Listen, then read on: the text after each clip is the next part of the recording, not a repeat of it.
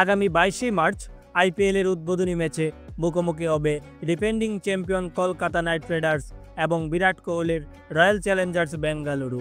আর এই দুই দলের মধ্যে প্রথম ম্যাচে কোন দল জয় লাভ করবে এবার তারই ভবিষ্যৎবাণী করল জ্যোতিষীটিয়া। প্রিয় দর্শক, আগামী 22 মার্চ মাঠে গড়াচ্ছে আইপিএলের 18তম আসর।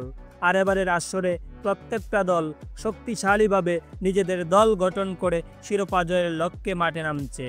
উদ্বোধনী ম্যাচে মাঠে নামবে defending champion Kolkata night Riders, অন্যদিকে বিরাট কোহলির শক্তিশালী রয়্যাল চ্যালেঞ্জার্স বেঙ্গালুরু।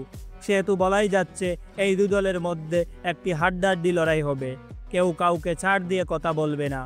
আইপিএলে এখন পর্যন্ত এই দুই দলের 34 বারের দেখায় 20 বার জয় পেয়েছে কলকাতা নাইট রাইডার্স। অপরদিকে 14 ম্যাচে জয় পেয়েছে বিরাট কোহলির রয়্যাল চ্যালেঞ্জার্স বেঙ্গালুরু। তবে বর্তমানে শক্তিমত্তার দিক দিয়ে এই দুই দলের মধ্যে কোনো দলই কম শক্তিশালী নয়। আর এবার এই উদ্বোধনী ম্যাচে এই দুই দলের লড়াইয়ে কোন দল জিতবে জানিয়ে দিল জ্যোতিষীটিয়া।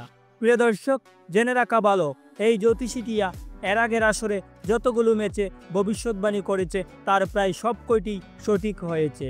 আর এবার এই 18তম আসরের প্রথম ম্যাচকে নিয়ে ভবিষ্যৎবাণী করেছে জ্যোতিষীটিয়া। জ্যোতিষীটিয়ার ভবিষ্যৎবাণী হতে জানা যায় এই ম্যাচেও বিরাট কোহলির রয়্যাল চ্যালেঞ্জার্স বেঙ্গালুরু জিততে চলেছে। প্রিয় দর্শক, আইপিএলের প্রথম ম্যাচে কোন দল জিতবে বলে আপনি মনে করছেন তা অবশ্যই নিচে কমেন্ট করে জানাবেন। ধন্যবাদ সবাইকে।